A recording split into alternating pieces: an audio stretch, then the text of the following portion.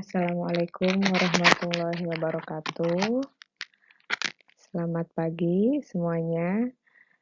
Hari ini masih belajar mengenai teks eksplanasi, yaitu subtema hari ini yaitu mengonstruksi informasi dalam teks eksplanasi. Ya, pada pembahasan sebelumnya, kalian telah memahami bagaimana mengenali teks eksplanasi yang memuat pengetahuan dan urutan kejadiannya. Nah, pada pembahasan ini, kamu harus mampu menyusun dan menyajikan teks eksplanasi. Jadi, hari ini akan menganalisis teks eksplanasi terlebih dahulu.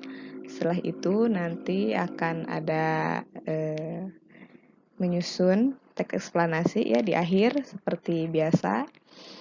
Nanti kita akan bahas satu persatu terlebih dahulu. Menyusun bagian-bagian pokok teks eksplanasi. Ya. Sebenarnya tidak ada perbedaan istilah antara struktur teks eksplanasi dengan bagian-bagian pokok teks eksplanasi. Ya, intinya sama saja ya.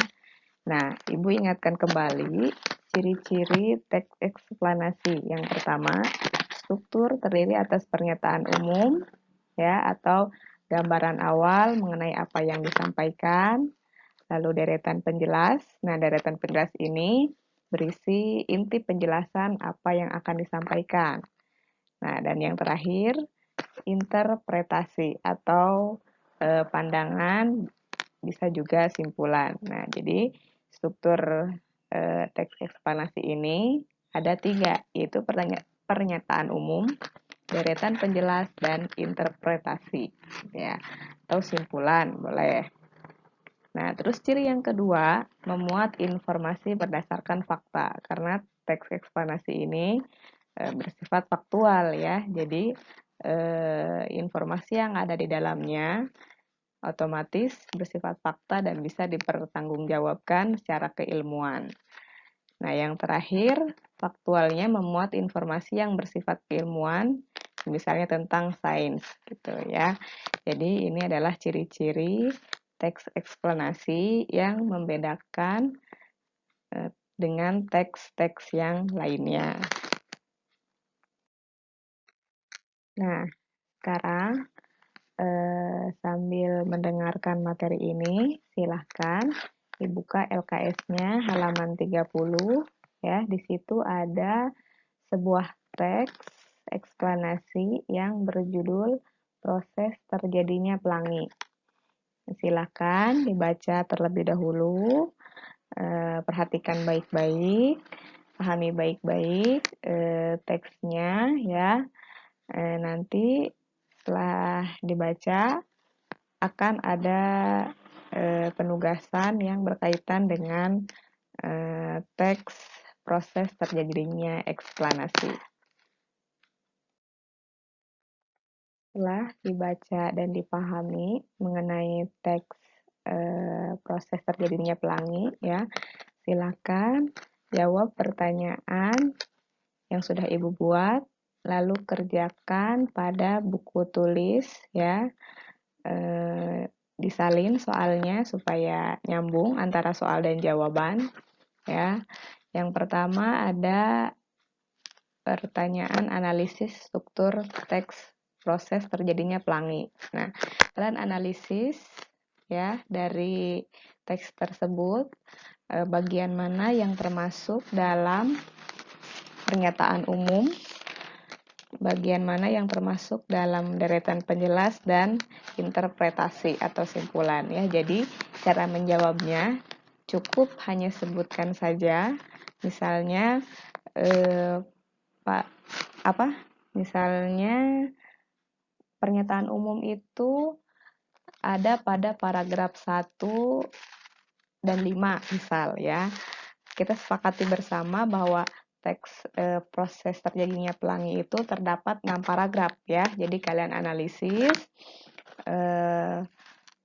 struktur mana saja yang termasuk ke dalam pernyataan umum, deretan penjelas, dan interpretasi ya. Jadi sekali lagi menjawabnya hanya cukup menuliskan paragrafnya saja nomor berapa ya. Misalnya yang Ibu sudah sampaikan tadi, pernyataan umum itu misalnya paragraf 1 dan 5 atau 1 sampai 5 ya. Nah, nanti kalian analisis ya gitu. Terus nomor 2, carilah kalimat-kalimat yang memuat informasi berdasarkan fakta ya. Jadi setiap paragraf ya dicari kalimat-kalimat yang memuat berdasarkan fakta ya. Berarti kalau ada 6 paragraf berarti minimal 6 kalimat ya, minimal itu minimal ya. Cari sebanyak-banyaknya. Lalu yang ketiga ada dalam teks eksplanasi yang memaparkan tentang suatu proses terdapat hubungan sebab akibat. Identifikasilah unsur sebab akibat dalam teks tersebut. Jadi coba kalian jelaskan kembali ya proses sebab akibat dari suatu terjadinya pelangi. Secara singkat saja ya. Silahkan ditulis kembali berdasarkan bahasa sendiri begitu ya. Tidak terpaku dalam buku juga tidak apa-apa ya. Secara singkat minimal 1 paragraf lah ya minimal. Dari 6 paragraf minimal 1 paragraf menjelaskan kembali sebab akibat proses terjadinya pelangi.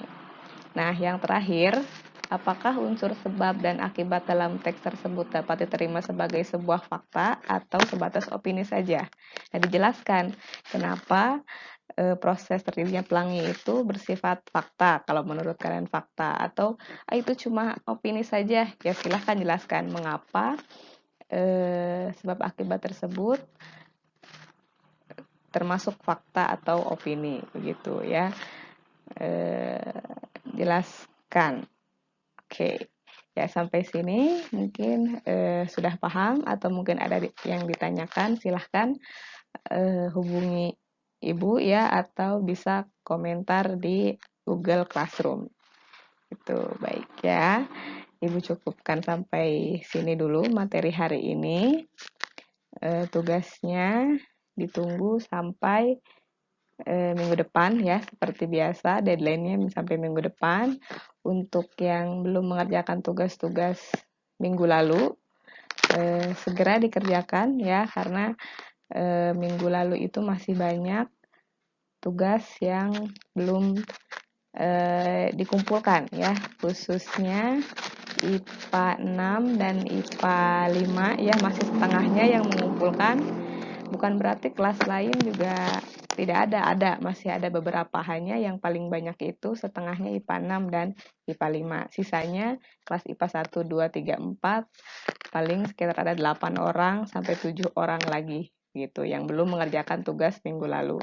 Silahkan ya dikerjakan, Ibu tunggu, karena setiap tugas akan ada poinnya ya yang mempengaruhi nilai-nilai untuk pengisian rapot begitu. Ya, Ibu cukupkan sekian. Wabillahi taufiq wal hidayah. Wassalamualaikum warahmatullahi wabarakatuh.